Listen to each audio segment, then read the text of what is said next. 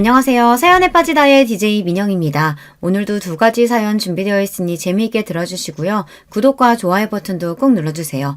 그럼 오늘의 사연 바로 시작해 볼게요. 안녕하세요. 저는 자영업을 업으로 삼아 하루하루 열심히 살아가고 있는 40대 여성입니다. 본인 사업장을 꾸려가시는 분이시라면 다들 아시겠지만 장사라는 게 결코 녹록지가 않은 일이죠.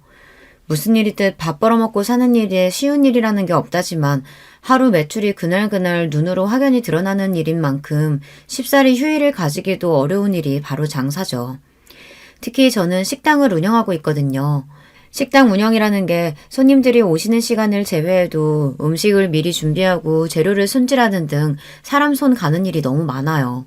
하지만 아무리 바빠도 세상 사는 이야기 나눌 존재가 없다는 허전함을 느끼는 건 또 별개의 일이잖아요. 그런 제 헛헛한 마음을 달래주는 것이 바로 이 채널을 통해 듣는 여러분의 사연입니다. 손은 제게 놀리면서도 귀는 여러분들 진솔한 사는 이야기에 쫑긋 집중하고 있자면 수많은 사연을 안고도 씩씩하게 살아가는 여러분께 저 역시 살아갈 힘을 얻기도 합니다.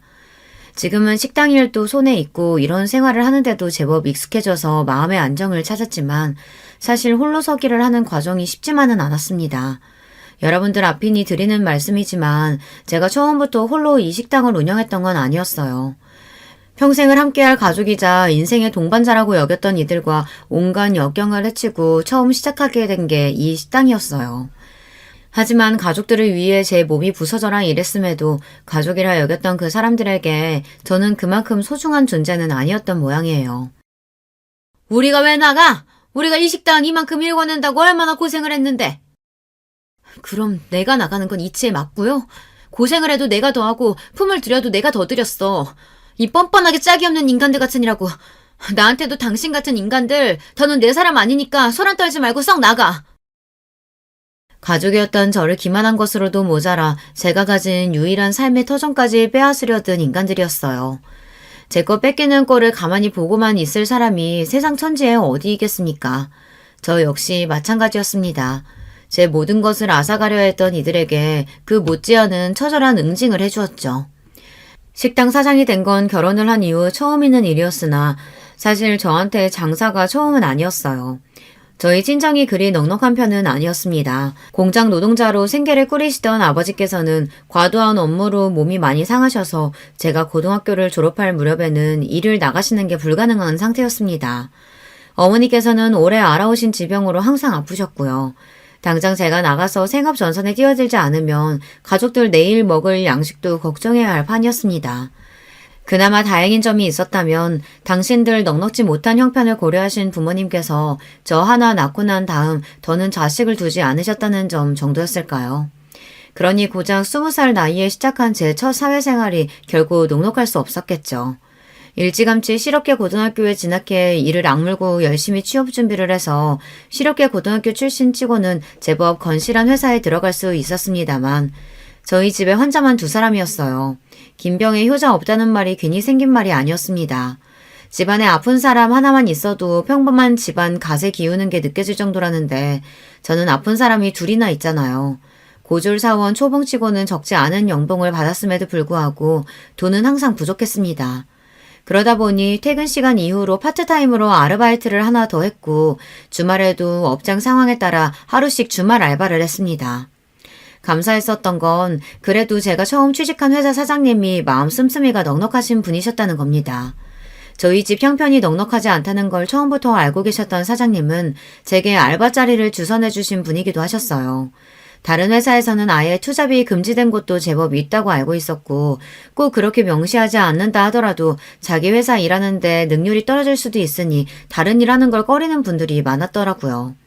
하지만 사장님께서는 자기 막내딸보다 어린 제가 어떻게든 아픈 부모님 봉양하겠다고 기를 쓰는 모습에 많이 안타까워하셨습니다. 나도 부모님이 오래 앓으시다 가셨거든. 아무리 내 부모라고 해도 아픈 사람 간병이 어디 쉬운 일도 아니고 그게 얼마나 지치는 일인진 내가 잘 알지. 돈은 돈대로 들어가 아픈 사람도 같이 사는 사람도 몸은 몸대로 축나고 이게 온 가족이 다 고생이라고. 우리 막내들은 아직도 철딱서니가 없어서 대학 졸업반이 됐는데도 나한테 용돈 좀 타보겠다고 애교 떠는 판국에 그 애보다도 어린 현주 씨가 가장 노릇하고 있는 걸 보자면 내가 나 어릴 때 고생했던 생각이 참 많이 나. 난 엄마 한 분이 아프셔도 그렇게 힘들었었는데 현주 씨는 둘씩이나.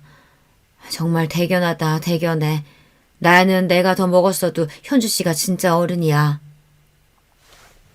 당시 제가 다니던 회사는 규모는 아직 작았으나 착실히 내실을 쌓고 있던 화장품 회사였습니다.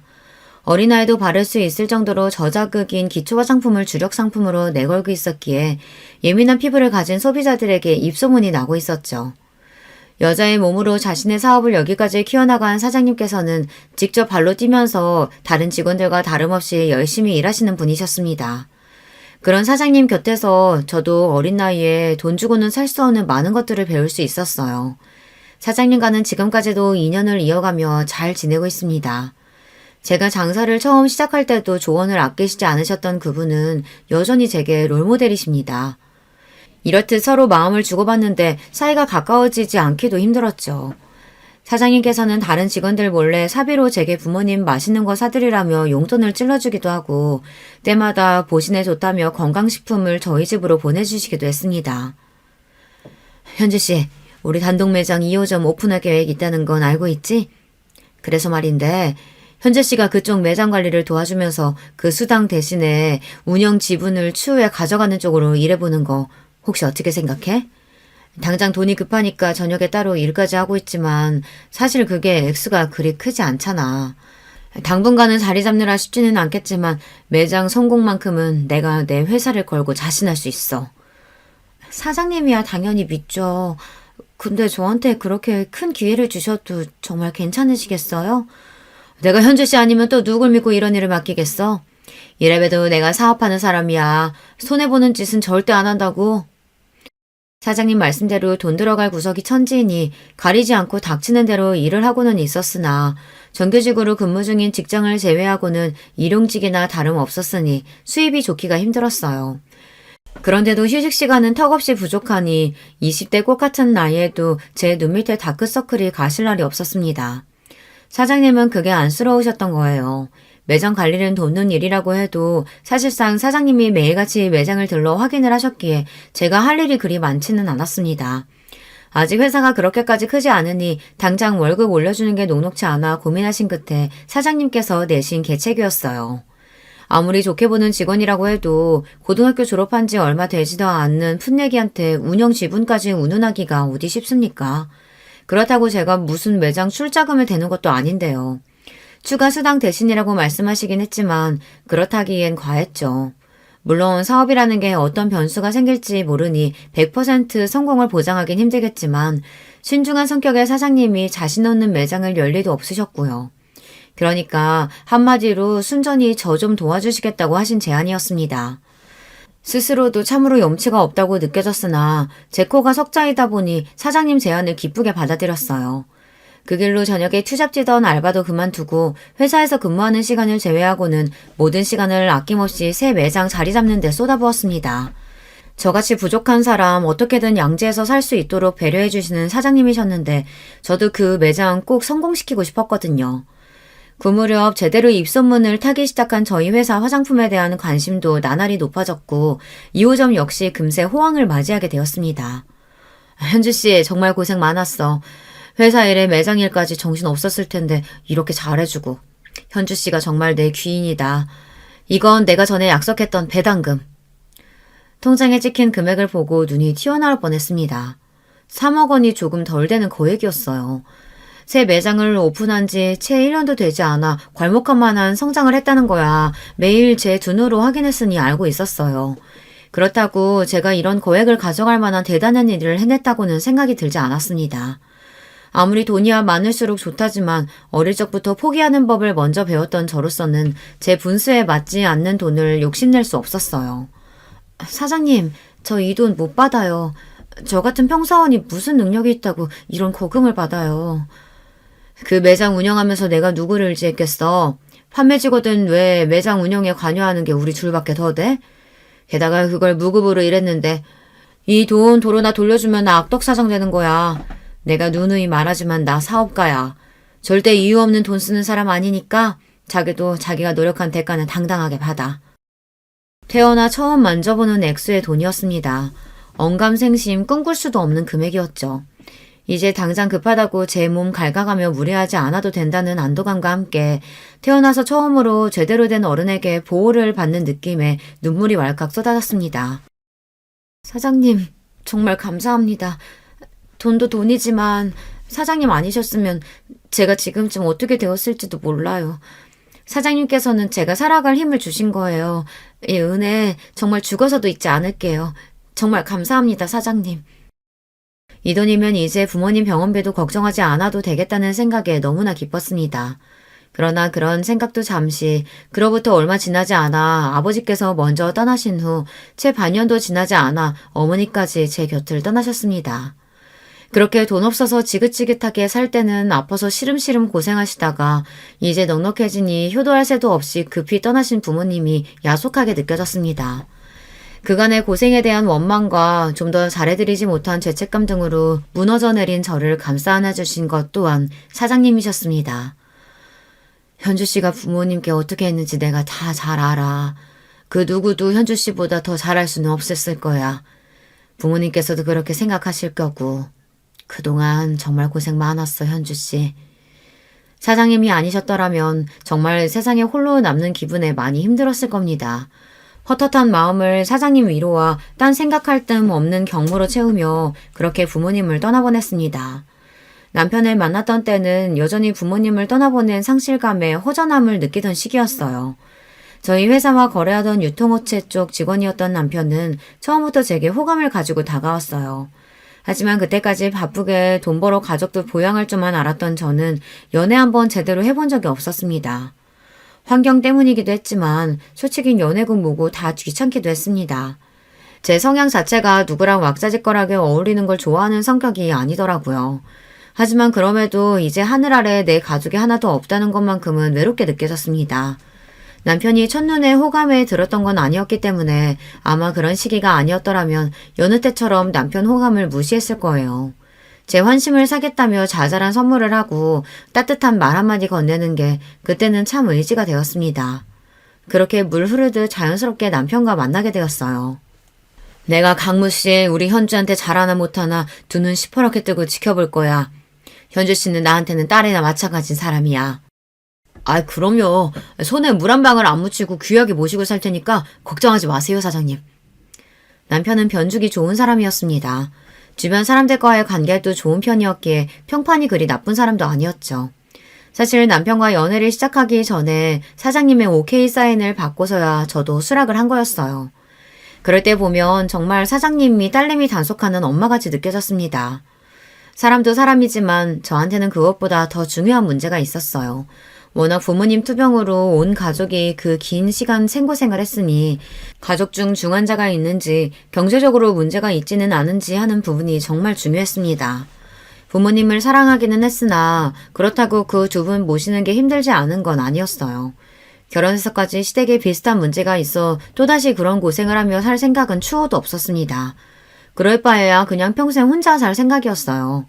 속물적이라고 욕하실지는 모르겠으나 그렇다고 해도 어쩔 수 없죠. 저랑 비슷한 고생을 해보신 분들은 아마 공감하실 겁니다. 그 점은 남편에게도 처음부터 확실히 했습니다. 더는 그런 고생을 하고 싶지도 않고 나 역시 내 배우자 될 사람에게 그런 짐은 지우지 않을 거라고 말이죠. 남편 역시 제 사정을 듣더니 이해를 하더라고요. 결혼이 사랑만으로 되는 건 아니라는 생각에는 처음부터 동의했던 저희 두 사람이었습니다. 크기는 작지만 아버지께서 지금까지 안정적으로 사업을 하고 계시고 부모님 두 분 모두 감기 한번 크게 앓으신 걸 본 적이 없을 정도로 건강하세요. 여동생이 하나 있는데 20대 초반에 일찍 결혼해서 지금은 남편 따라 외국에서 살고 있어서 몇 년에 한번 볼까 말까 하고요. 저도 건강한 편이긴 한데 혹시 필요하시면 건강검진 결과지 보여드릴까요?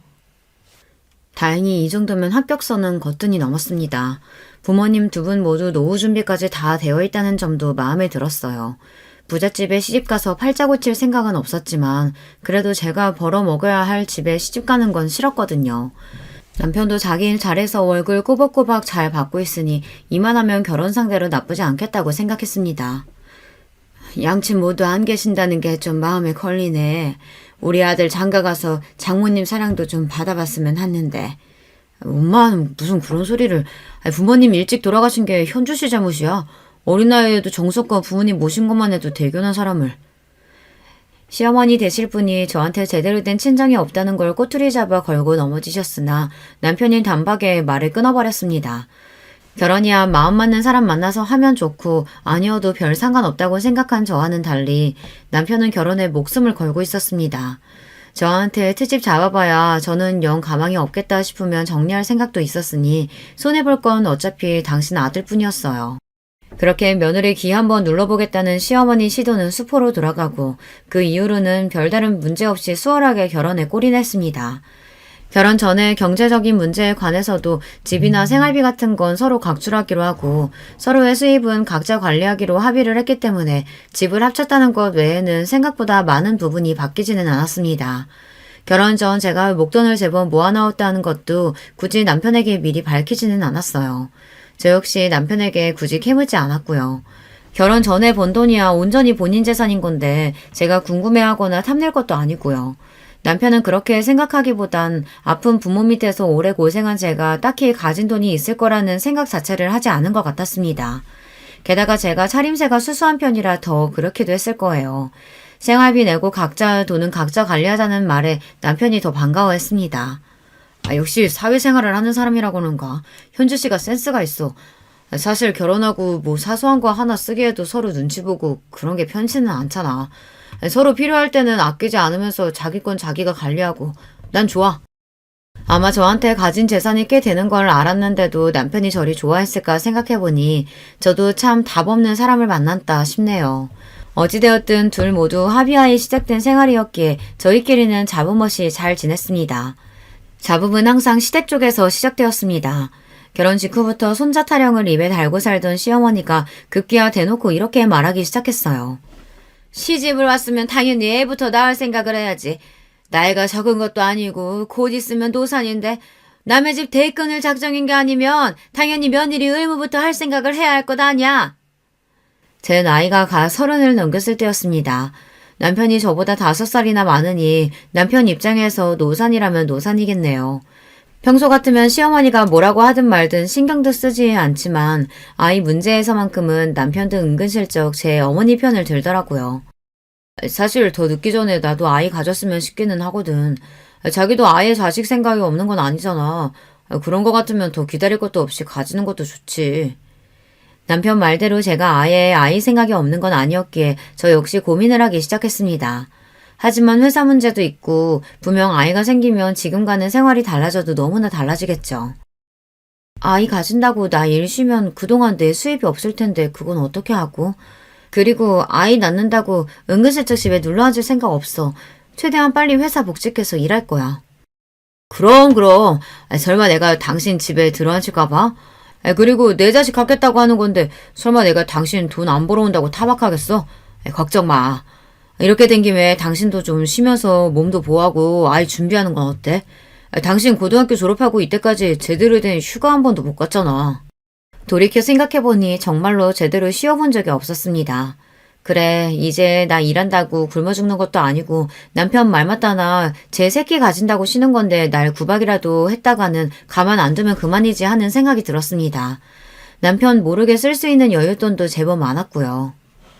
그래, 설마 내가 잠깐 쉬다 온다고 선주 씨 자리 하나 못 지켜주겠어? 이날 이때까지 그렇게 쉴 틈 없이 일했는데 이제 현주 씨도 숨 돌릴 틈이 좀 생겼네. 내가 현주 씨 시집가고 나서도 잘 지내는 건가 걱정이었는데 이렇게 마누라 쉬게 해줄 줄도 알고 잘 살아서 정말 다행이다.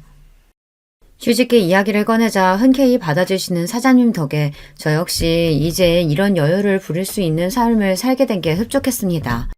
그렇게 태어나 처음으로 아무 걱정 없이 빈둥빈둥 쉬는 날을 맞이하게 되었어요. 처음 며칠은 좀 불안한 기분이 들더니 의외로 백수 생활이 저한테 잘 맞더라고요. 혼자서 조용히 그동안 해보지 못했던 것들을 하나씩 해보는 것도 제법 즐거웠고요. 마음이 편해 그런 건지 얼굴도 꽤 좋아졌습니다. 비록 제 아들 일하는 동안 팔자가 늘어진 저를 보고 심통이 난 시어머니 얼굴을 보는 건 반갑지 않았지만 말입니다. 우리 아들은 얼굴이 판쪽이 되도록 고생하는데 너는 아주 팔자가 늘어졌구나. 남편 돈으로 그렇게 놀고 먹으니 좋니? 저희는 처음부터 각자 번 돈 각자 썼어요. 제 돈 제가 쓰고 노는 거니까 아들 걱정은 안 하셔도 돼요. 자기한테는 져줄 생각이 없는 며느리 말에 또 파르르 하는 시어머니였지만 제가 뭐 틀린 말 했나요? 그러게 가는 말이 고와야 오는 말이 고운 겁니다. 회사 안 나간다고 자꾸만 불러서 귀찮게 굴려는 시어머니는 제가 시댁 자주 안 온다는 게 늘 불만이었으나 애초에 사람을 저리 대하는데 누가 좋다고 거길 가겠습니까? 자주 안 보는 게 상책이었어요. 그즘 별탈 없이 평탄하게 운영하시던 시아버지 회사에 변화의 소용돌이가 치기 시작했습니다. 어디서 무슨 말을 듣고 혹한 건지 평생 구멍가게 수준으로 운영하던 회사를 키워보겠다며 시아버지가 가진 재산 모두 끌어모아 회사 덩치를 불리고 있다는 소식을 뒤늦게 들었을 때는 염려가 되었어요. 괜히 긁어부스럼 만들까 싶었으나 정말 남편 반응은 심심했습니다. 뭐 평생 하시던 일인데 알아서 잘 하시겠지. 그리고 잘 안 되더라도 빚도 돈 있는 사람들이나 지는 거지. 애초에 뭐 가진 것도 별로 없는 아버지가 잃어봤자 얼마나 잃으시겠어. 그래도 지금 사시는 집도 있고 노후 대비도 해놓으셨고 더 늦기 전에 아버지도 해보고 싶은 일은 있으셨겠지. 당신 아드님도 저리 말하는데 내가 뭐라고 끼어들 일도 아니지 싶어 저도 그냥 그러고 말았습니다. 그래서 새벽에 시부모님이 갑작스럽게 쳐들어왔을 땐 진짜 너무 놀랐어요. 아이고 강무야, 이제 우리 어떡하니? 네 엄마 길거리에 나 앉게 생겼다. 아직 잠에서 제대로 깨지도 못해 어안이 벙벙한 저희 앞에 퍼질러 앉아 시어머니가 대성통곡을 하셨습니다. 이게 다 무슨 일인가 싶어 정신을 못 차리고 있는데 시아버지가 뒤쪽에서 나라 잃은 표정으로 죄인처럼 서 있는 게 눈에 들어왔어요. 난리를 치면서 그 새벽에 집이 떠나가라 울던 시모가 갑자기 당신 남편을 획 쏘아보더니 원망의 말들을 마구 퍼부어댔습니다. 그러니까 갑자기 무슨 팔자에도 없는 사업 확장이야. 다 늙어서 이날 이때까지 사업가로 큰 재미도 못 봤으면서 내 능력치가 여기까지겠거니 생각하고 있는 거나 잘 쥐고 있을 생각을 했어야지. 이제 어쩔 거야. 집이고 뭐고 다 넘어가고 그나마 가진 재산 빚잔치 하면 당장 땡천 한 푼도 없는데요. 당장 어디서 살 거냐고. 그러니까 그 무리를 해서 키워놓은 시아버지 사업이 결국에는 엎어졌다는 겁니다.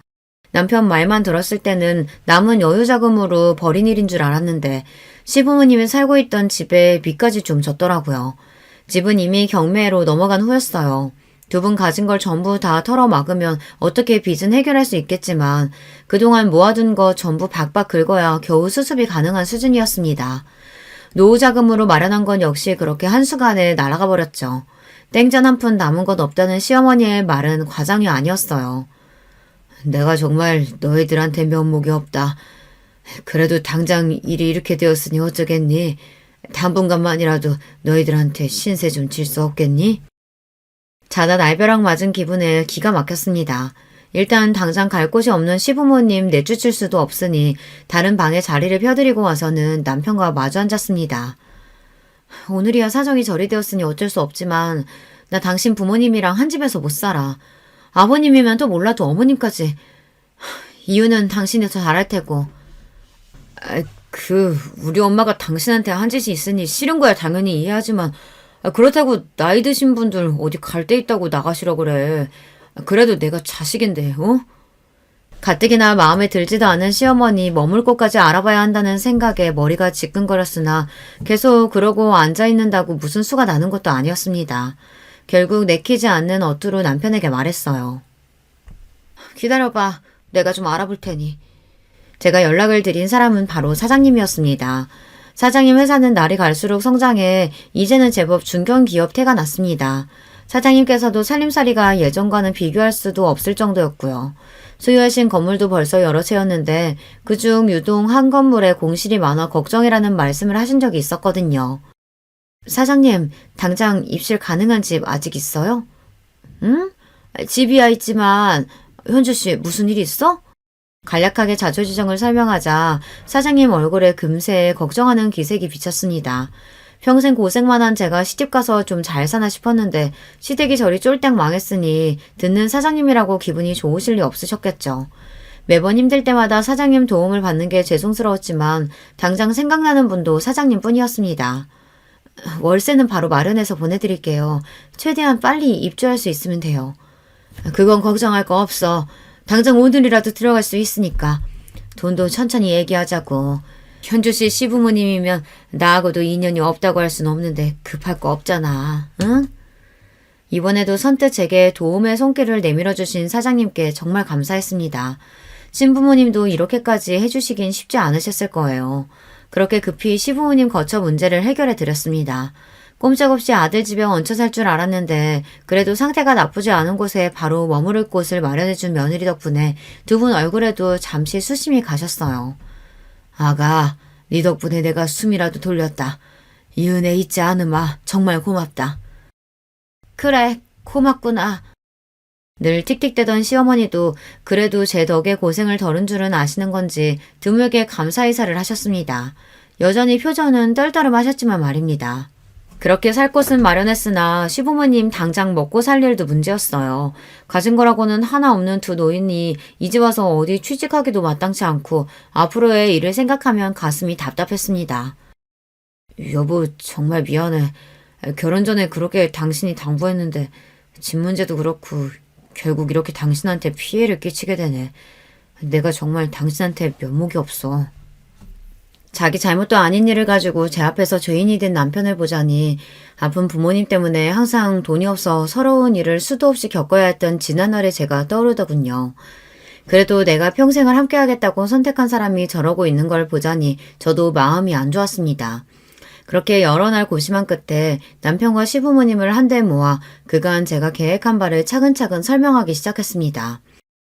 사실 제가 결혼 전에 모아둔 돈이 조금 있어요. 그걸 어떻게 쓸지 고민이 많았는데 역시 가족들한테 쓰는 게 맞는 것 같습니다. 제가 그래도 손재주는 좀 있으니 식당 창업을 할까 하는데 아무래도 저 혼자서는 무리겠죠. 아버님, 어머님이 오셔서 얼마간만이라도 좀 도와주시면 힘이 될 것 같아요. 물론 가족이라고 그냥 해달라는 거 아니고 꼬박꼬박 월급 챙겨드릴 거예요. 다른 직원들도 고용할 계획이니 일이 그렇게 힘들지는 않을 거고요. 어떻게 하실 생각 있으세요? 생각지도 못했던 목돈 이야기에 세 사람 눈이 휘둥그레졌습니다. 특히 시어머니는 눈이 튀어나올 것만 같더라고요. 너 그런 돈이 있으면 친정 이야기를 했어야지. 왜 지금까지 얘기를 안 하고? 제 돈인데 굳이 이야기할 필요가 없겠죠. 그래서 생각 있으시냐고요. 본인이 아쉬운 입장임에도 무슨 자격으로 얘기를 하느니만이 발끈하는 시어머니는 쏙 빼버릴까 하는 생각이 잠시 들었지만 어쨌든 저랑 제 남편 좋자고 꺼낸 이야기였으니까요. 저 사람이 괜한 소리를. 우리야 그저 고맙지.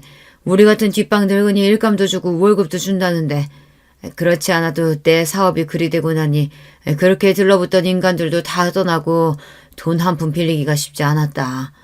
이렇게 네가 도와주니 이제 굶어 죽을 걱정은 하지 않겠구나.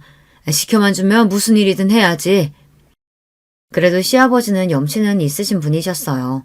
저 나이에 사업까지 하신 분이면 자존심 내세워서 뻗대는 인간들도 있을 텐데 그래도 본인이 벌인 일 어떻게든 본인이 수습하려고 노력하시는 건 높이 살만했습니다. 시어머니는 며느리 밑에서 일할 생각에 분한 모양이었지만 당장 아쉬운 건 제가 아니니까요. 마지못해 기어들어가는 목소리로 시어머니가 말했습니다. 그래, 나도 나가마. 그렇게 창업 준비가 시작되었습니다. 갑작스럽긴 했습니다만 어렴풋이 식당 창업에 대해서 생각해보지 않은 것은 아니었습니다. 마침 임신 준비로 휴직한 상태에 시간 여유가 넘치는 상황이었으니 어떻게 여러 가지 상황이 잘 맞물린 거였죠. 어머, 식당을? 하긴 현주 씨 손이 워낙 야무져야지. 그래도 창업이라는 게 쉬운 일이 아닐 텐데 그나저나 현주 씨 같이 유능한 직원이 그만두면 아쉬워서 어째?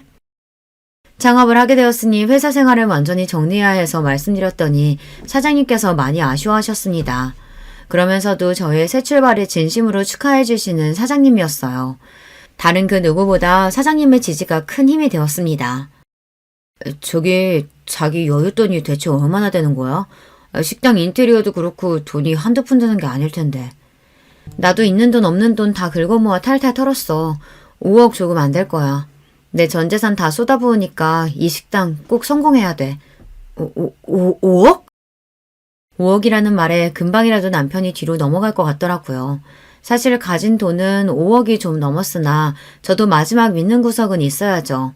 결혼 전에 사장님께 받았던 3억이 좀 안 되는 돈은 그동안 투자 등을 통해 그 몸집을 키워 5억이 넘는 돈으로 불어났습니다. 거기에 결혼 전까지 딱히 쓰는 것도 없이 차곡차곡 모아둔 월급까지 합치면 금액이 더욱 커졌죠. 제가 아무렴 믿는 구석도 없이 덜컥 휴직계를 썼겠습니까? 몇 년 정도는 한량처럼 놀아도 전혀 걱정할 것이 없었습니다. 비록 생각만 했던 일이 갑작스럽게 현실로 구현되긴 했지만 제가 그렇게 호락호락한 사람은 아니었어요.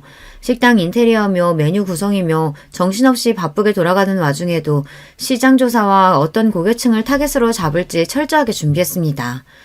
제가 제 업장을 운영해 본 적은 없어도 회사 다니면서 새 매장 운영 일은 해보지 않았겠습니까? 비록 동종업계는 아니지만 그때 사장님 하시는 걸 보면서 배운 게 결코 적지 않았습니다. 사장님 역시 자기 사업으로 바쁘신 와중에도 틈틈이 재창업에 조언을 아끼지 않으셨습니다. 제가 아는 전문가 중에도 가장 신뢰할 수 있는 사람이 사장님이셨으니 돈 주고도 얻지 못할 귀한 말씀을 거저 얻은 거나 마찬가지였죠. 그렇게 제대로 준비한 저의 첫 식당이 문을 열었습니다. 한식 가정식을 주 메뉴로 잡아 깔끔하게 즐길 수 있는 세련된 인테리어의 식당이었어요. 사실 다루는 메뉴는 백반집에서 흔히 볼 수 있는 것들이었지만 마치 일본 가정식이나 1인 코스 요리를 먹는 것처럼 깔끔하고 세련되게 구성을 했습니다. 이건 역시 다분히 의도된 것이었어요. 요즘 젊은 층들 사이에서 이런 소박한 음식들이 유행이거든요. 그 와중에 사진 찍을 만한 예쁜 것들에 열광하는 심리를 잘 파악해서 꼭 인증창 찍기 좋은 잘 꾸며진 카페에서 든든한 한식으로 배를 채울 수 있는 식당을 만든 거죠. 이건 역시 제 아이디어에 사장님께서 살을 붙여주셨습니다. 거기에 회사 다닐 적 제 주력 업무였던 인터넷 매체를 활용한 홍보까지 더해 저희 식당은 인근에서 아주 핫한 식당으로 급부상했습니다. 덕분에 식당 일은 눈코 뜰 새 없이 바빠졌어요. 처음 시부모님께 말씀드린 대로 직원들도 넉넉하게 뽑았습니다. 비록 양념장 비율을 비롯한 음식 레시피는 저 혼자 알고 있는 영업 비밀이었으나 그 외의 업무는 직원들에게 고루 분배해 사람이 많아도 직원들이 너무 급히 서두르는 느낌이 나지 않도록 신경 썼습니다.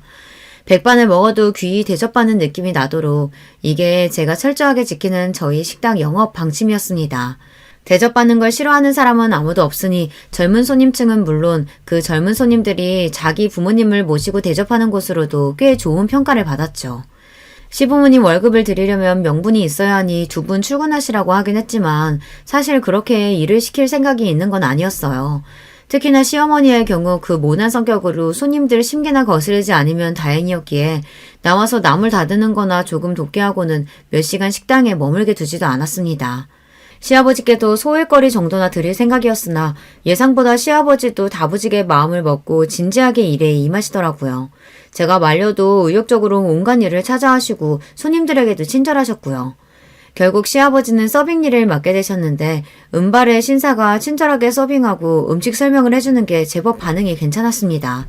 그저 용돈벌이나 할 수 있게 해드리려고 했는데 저리 열심히 해주시니 저도 기분이 나쁘지 않았죠. 여보, 요새 식당 일 때문에 정신이 하나도 없지? 아무래도 믿고 맡길 수 있는 사람이 더 있어야 하지 않겠어? 응? 아니야. 몸은 좀 힘들어도 요새 장사도 잘 되고 입소문도 타고 있고 기분이 좋아 그런가 버틸만 하네. 생각해보니 그때부터 남편은 슬슬 시동을 걸었던 것 같은데 워낙 식당 일 외에 신경을 못 쓴 제가 미처 알아차리지 못했던 것 같습니다. 식당을 연 지 1년이 좀 넘었을까. 한 유명 케이블 맛집 프로그램에 저희 식당이 등장한 이후부터는 이제 식사 시간에 웨이팅 없이는 입장이 어려울 정도로 손님이 늘어났습니다. 그야말로 초대박이 난 거죠. 여보, 내일부터는 나도 식당으로 출근할게. 당신 혼자서 이 난리 감당이 되겠어? 이럴 때 남편이 힘이 돼야지.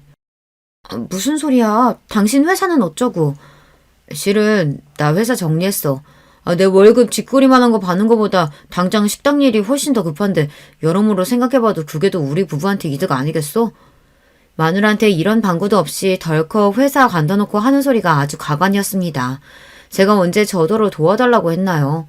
요새 취직이 얼마나 어려운데 사람 사는 일이 어찌 될 줄 알고 저렇게 경솔한 행동을 한답니까?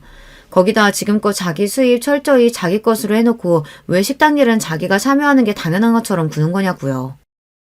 한마디 상의 없이 멋대로 결정해놓고 내 식당은 왜 제 집 지나들듯 마음대로 출근하니마니 하는 건데 당신 정말 내가 우스워? 그러고 며칠간 남편과의 냉전이 이어졌습니다. 쉽사리 화를 풀지 않는 저에게 남편이 기가 팍 죽어서는 우는 소리를 했어요. 나는 정말로 자기 생각한다고 그런 거야. 우리 부모님도 식당 나가서 일손 거두시는데 남편이 돼서 당신 고생하는 거 뻔히 알면서 가만히 있기도 그랬다고. 그리고 사표는 진작 수리됐는걸. 그러지 말고 화 풀어라. 자기야, 응?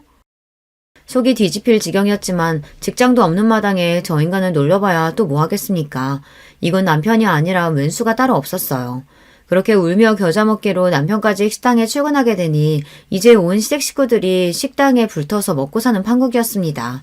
시아버지야 열심히 일을 하신다곤 하지만 아무래도 경력 있는 다른 직원들 따라가기는 쉽지 않았죠.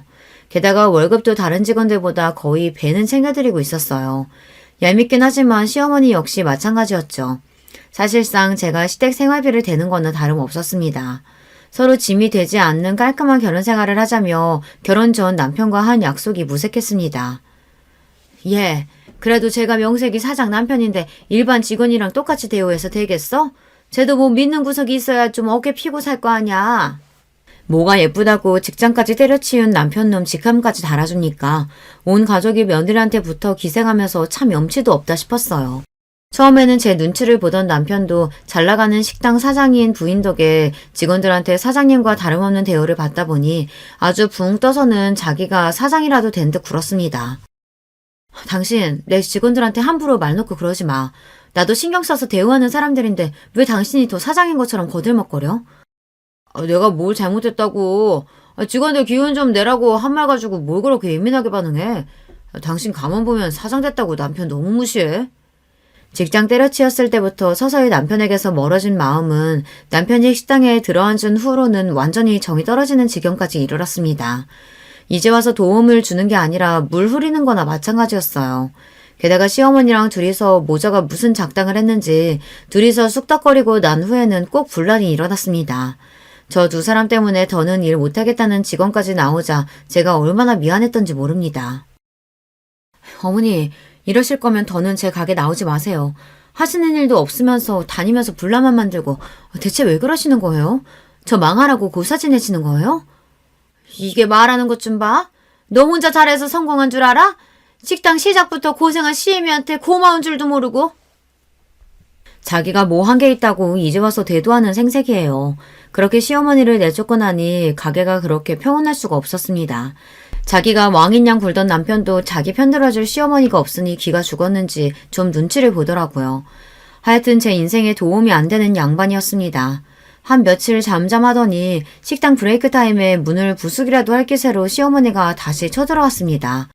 또 무슨 사람 기가 막히고 코가 막히는 소리를 하려나 팔짱을 끼고 보고 있는데 시어머니가 저한테 서류 봉투 하나를 착 집어던졌어요. 이혼 서류였어요. 이게 뭐예요?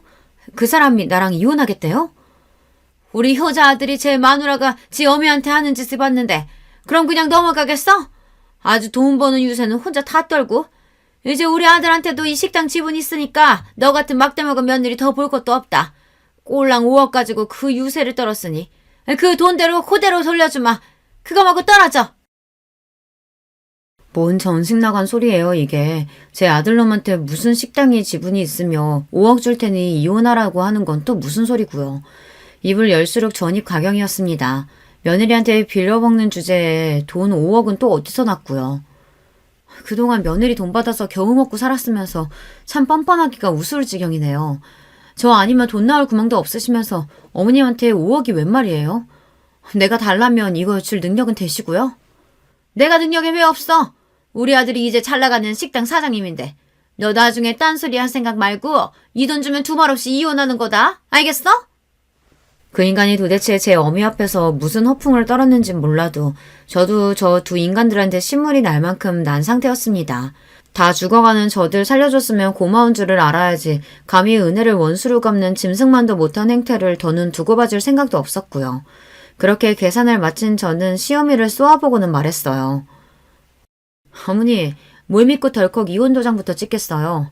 5억 입금하면 그때 도장 찍어줄 테니 어머니나 군소리 마세요. 그렇게 제 통장에 찍힌 5억을 확인하고 나서 시원하게 이혼 서류에 도장을 쾅 찍어버렸습니다. 멍청하게 제 아들 허풍에 바보된 줄도 모르고 꼴보기 싫은 며느리 치우고 식당까지 먹어치운지라는 시무꼴을 보고 있자니 고소해서 비웃음이 비집고 나오는 걸 억지로 참느라 아주 혼났어요. 다음날 시모가 혼비백산을 한 꼴로 다시 제 식당에 뛰어들어왔습니다. 멀리서 보이는 시모 꼴을 보고는 미리 연락해둔 직원에게 손짓을 했죠. 시모는 우람한 직원의 제지에 제 식당 안으로 들어오지도 못하고 밖에서 부들부들 떨고 있었습니다. 제 딴에는 분해서 아주 죽을 지경이었을 겁니다. 그러던지 말든지 저는 여느 때와 다름없이 정성껏 음식을 만들고 손님을 응대했죠. 식당 마감 시간이 지나고서야 시모를 식당 안으로 들였어요. 언제 왔는지 그 옆에 남편도 얼굴이 새파래져서는 같이 들어왔더라고요. 너 감히 나를 속여? 내가 너 사기죄로 고소할 거야.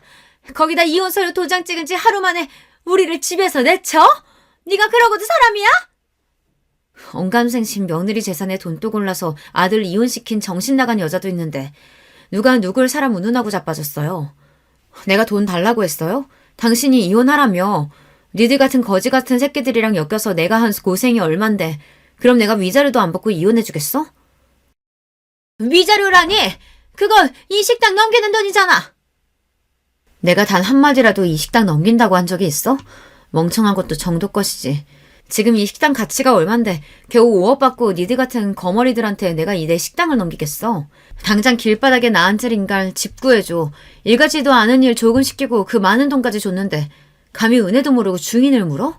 이 금수만투 못한 거. 나도 니들 같은 거머리 새끼들이랑은 더 보고 살 생각 없으니까 당장 꺼져. 당연히 제 것인 줄 알았던 식당이 신기루처럼 사라지고 돈 5억까지 날렸다는 걸 깨달은 시어머니 낯빛이 질리다 못해 피기가 싹 가셨습니다. 그 옆에서 안절부절 못하고 서있던 남편놈이 제 앞에 무릎을 꿇고 주저앉았어요. 여보, 나 진짜 몰랐어. 내가 미쳤다고 당신이랑 이혼을 해? 나 이혼 절대 못해. 내가 접수한 것도 아닌데 어떻게 이혼을 해? 이놈이야 당연히 나랑 이혼할 생각이라고는 손끝만큼도 없겠지. 쪽쪽 빨아먹을 재산 있는 마누라 미쳤다고 이혼을 하겠어? 근데 어쩌니? 네 어미가 서류를 하도 잘해와서 나는 그냥 도장 찍어준 것밖에 없어. 서류도 네 어미가 보냈잖아. 접수까지 다 된 이혼 서류. 이제 와서 네가 뭘 어쩔 거야? 그동안 네가 주제도 모르고 내 소중한 식당에서 온갖 꼴값 다 떼면서 설치고 다닌 거 내가 모를 줄 알아? 내가 내 청춘 다 갈아서 모은 돈으로 내 노력으로 일군 걸 네 놈이 뭘 했다고 감히 눈독을 들여? 이 버러지 같은 놈. 너 같은 놈 알아서 떨어져 준다니 내가 오늘부터 발 뻗고 자겠다. 네 놈 상대할 시간 없으니까 네 미친 엄마 데리고 당장 내 식당에서 나가. 그렇게 제발 살려달라고 비는 그 두 인간들을 제 눈앞에서 치워버렸습니다. 시어미야 처음부터 마음에 안 드는 인간이었으니 멍청하게 욕심부리다가 자기는 물론이고 자기 남편과 자식 인생까지 말아먹은 게 그저 고소하기만 했습니다. 하지만 남편놈은 그래도 한때는 저와 일평생을 함께하겠다고 마음먹었던 사람이었어요. 돈 앞에 사랑도 부질없었던 거였는지 아니면 애초에 그만큼의 사랑은 아니었던 건지 알 수 없지만 가슴이 휑한 기분이 드는 건 어쩔 수 없었습니다. 이미 서류 접수되었는데 이혼이 장난도 아니고 뒤늦게 남편이 난리쳐봤자 법원에서 받아들일 리 만무했습니다. 애초에 서류 접수가 자기 본가 쪽에서 되었는데 제가 갖다 낸 것도 아니고 뒤늦게 부린 변덕 정도로 치부되었으니 재판부 입장에서는 괘씸죄만 더해졌죠. 그렇게 결국 남편과의 인혼이 확정되었습니다. 지가 지발로 직장 때려치우고 더는 제 식당에서 나댈 일도 없고 저 아니면 믿을 구석도 없으니 직업도 없는 놈이 개털인 상태였죠. 그렇다고 자기 부모들 사정이라고 다를 바 있습니까? 그 고약한 여자가 저한테 이혼 서류를 집어던진 바로 그날 곧장 집을 내어주신 사장님께 연락을 드렸습니다. 제 기가 막힌 소식에 저보다 더 분노하시는 사장님이셨어요. 인간의 은혜를 몰라도 정도 것이지 감히 현주 씨를 그딴 식으로 배신해? 알았어. 당장 내일 그 몹쓸 여자 짐 다 빼버릴 테니까. 내가 현주 씨 가족이니까 보증금도 안 받고 계약서도 안 쓰고 받아준 거지. 미쳤다고 그런 뻔뻔한 인간들을 내 건물에 들이겠어? 걱정하지 마 현주 씨.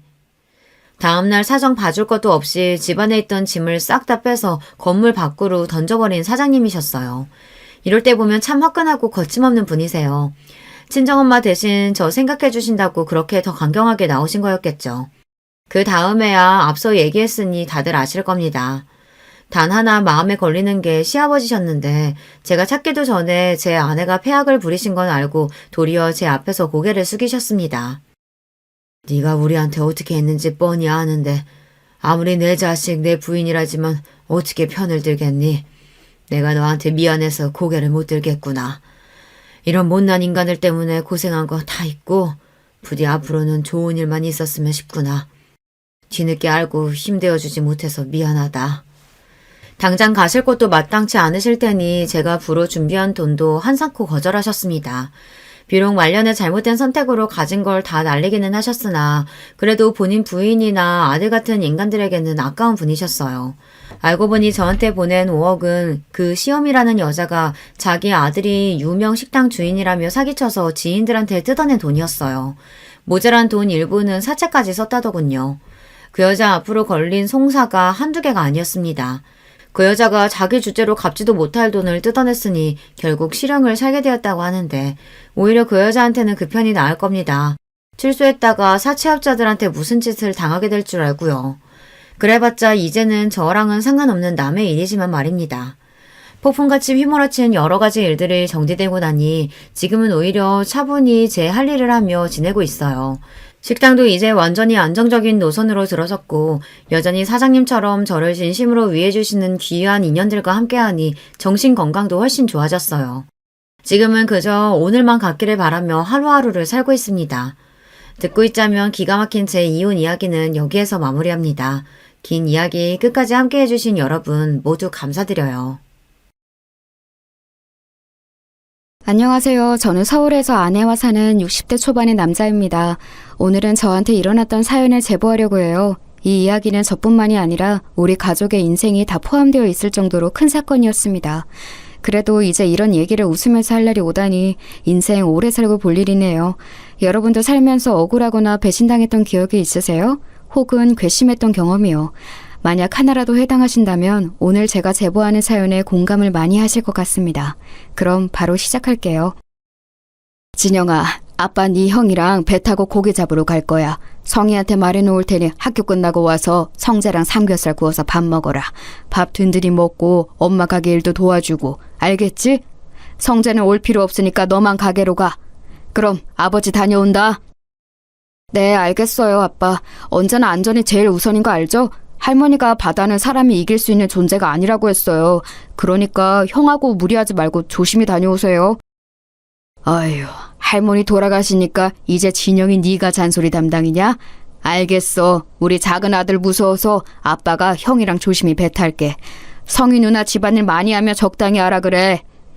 우리 집은 집안 대대로 배를 타는 가문이었어요. 제가 아주 어렸을 때 할아버지가 아빠와 배를 탔었고 할아버지가 돌아가시고는 형이 아버지랑 배를 탔습니다.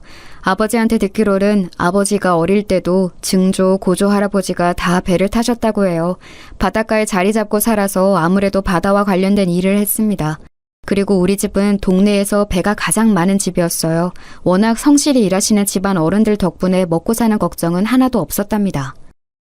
누나! 성희 누나! 성재랑 나왔어. 아, 배고프다. 누나 뭐 하고 있었어? 아버지가 누나 너무 힘들게 일하지 말라고 하셨어. 바다 그만 닫고 우리 삼겹살 먹자. 왔어? 공부하느라 수고했어. 누나가 다 준비했으니까 너희는 그냥 앉아있어. 밥도 이미 해놨고 김치랑 다 꺼내놨거든. 성재야, 밥 먹고 진영이랑 사모님 가게 가서 일 도와드려. 알겠지? 아니야 누나. 아버지가 성재 데리고 오지 말라고 했어. 그리고 엄마도 성재 오면 내쫓는 거 알잖아. 그러니까 성재는 밥 먹고 쉬어. 나 혼자 가는 게 나도 편해. 성재랑 학교에서도 집에서도 붙어있는데 가게까지 같이 가라고? 아, 싫어. 그래도 내가 이렇게 식모로 일하면서 동생까지 같이 사는데 항상 죄송스러워서 우리 성재 학비도 내주시고 용돈도 주시고 내가 너무 미안해서 그렇지. 안 그래 성재야? 누나가 항상 말했지? 진영이네 가족분들에게 감사하면서 살아야 해. 알지. 그러니까 우리 일단 밥 먹자. 나 배고프다. 삼겹살을 앞에 두고 이러는 거 고문이야. 일단 밥 먹으면서 말하자. 우리 집에는 식모로 일하는 성이라는 누나가 있었어요. 사실 식모가 필요해서 구한 건 아니었습니다. 우리 어머니는 횟집을 크게 하셨는데 거기서 성희 누나의 어머니가 일하셨어요. 그러다 병에 걸려서 돌아가셔서 성희 누나와 동생인 성재는 고아가 되었습니다. 홀어머니라 오갈 데가 없는 성희 누나를 우리 부모님이 집에서 식모로 일하도록 고용한 거였죠. 성재가 마침 저와 동갑이라 우리 집에서 같이 살며 형제처럼 지냈답니다. 저도 형이 있었는데 이렇게 넷이 바닷가에서 산책도 하고 같이 놀러 다니며 매우 친하게 지냈죠. 엄마, 저 왔어요. 와, 오늘 손님이 왜 이렇게 많아요? 휴가철이라 그런가? 단체 손님이 여러 팀이네. 이모, 그거 저 주세요. 제가 서빙할게요. 진영이 왔어? 아유, 그러게. 오늘 너무 바쁘다. 정신없어서 지금이 몇 시인지도 모르겠어. 성재랑 성이 밥은 먹었대? 아유, 너희 아버지랑 진석이는 왜 소식이 없니? 곧 오겠다. 네, 누나랑 성재랑 같이 삼겹살 먹었어요. 엄마, 이따 가게 마감하고 제가 청소할 테니까 먼저 들어가요. 몸도 안 좋으면서 무리하지 말고요. 우리 작은 아들 최고네. 아직 고등학생인데 이렇게 엄마 마음을 알아줘? 됐어. 그것만 돕고 들어가서 공부해. 저는 주로 학교가 끝나면 집에 와서 밥을 먹고 엄마 가게로 향했어요. 성희 누나는 편의를 많이 봐주는 우리 부모님에게 항상 감사하다고 했습니다. 그러면서 성재를 가게로 같이 보낸 적이 많은데 우리 부모님은 한 번도 성재에게 일을 시킨 적이 없어요. 오히려 부모 없이 자라는 성희 누나와 성재가 안타깝다고 여기셨죠. 성재의 학비를 아버지가 대신 내줬고 가끔은 우리 형과 저보다 성재와 성희 누나를 더 챙긴다는 생각이 들 정도였습니다. 사모님하고 사장님은 무슨 자선사업가야? 이렇게 직원들 챙겨주면 남는 게 있기는 해요? 명절이라고 보너스 가득 넣은 것 봐. 내가 아까 보니까 그 식모. 그래, 성희랑 성재까지 데리고 여행 간다며? 성희는 가만 보면 복 받았어. 이러다 큰아들하고 결혼하는 거 아니야? 성희가 며느리가 되면 우리야 좋지. 예쁘지, 일 잘하지. 우리가 축복이지. 그리고 내가 좋아서 베푸는 거니까 부담 가지지 말아요. 자, 그럼 명절 잘 보내시고 끝나고 봅시다, 다들. 고향 다녀오세요. 명절이 되면 가족이 없는 성희 누나와 성재를 배려해서 같이 여행도 다녔어요. 제가 생각해도 우리 부모님은 저 남매에게 최선을 다했습니다. 동네에서도 유명할 정도면 말 다 했죠. 이렇게 저는 평생 가족들과 행복하게 살 줄 알았어요. 우리 아버지는 옛날 분이지만 상당히 다정하셨습니다. 어머니도 언제나 가족들에게 사랑을 듬뿍 주는 분이셨거든요. 그래서 미래에 대해 걱정해 본 적이 없을 정도였죠. 하지만 인생이란 게 어떻게 풀릴 줄 모르잖아요. 우리 가족에게 불행이 찾아오게 되었습니다. 사실 지금 많은 시간이 흘렀는데도 그때 일을 기억하는 것이 아직도 많이 힘들어요. 그만큼 제 인생에 있어서 불행의 서막이었답니다. 그날은 비가 아주 많이 오는 날이었어요. 여름이었고 비를 포함해서 태풍도 오고 호우주의보가 발령됐었죠. 전국적으로 호우 피해가 심각했는데 우리가 사는 지역이 바닷가라 파도가 아주 세차게 쳤어요. 태풍 때문에 창문이 흔들릴 정도로 심각했던 기억이 나요. 아이고 어떡하나.